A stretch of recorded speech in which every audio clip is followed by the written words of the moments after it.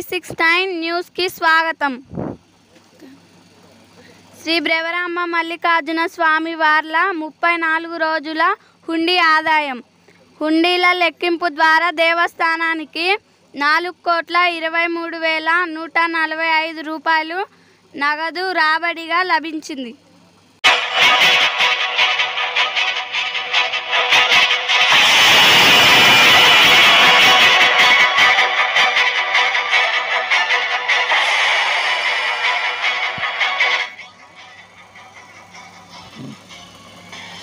ఈ హుండీ ఆదాయాన్ని భక్తులు గత 34 రోజులలో వరకు సమర్పించడం జరిగింది.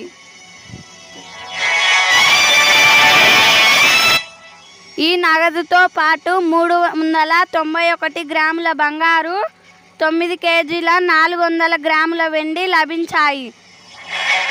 USA డాలర్లు, 5 ఆస్ట్రేలియా డాలర్లు, 5 ఇంగ్లాండ్ పౌండ్స్ లభించాయి. dirhams డాలర్లు ఈ హుండీ ఆదాయంలో లభించాయి.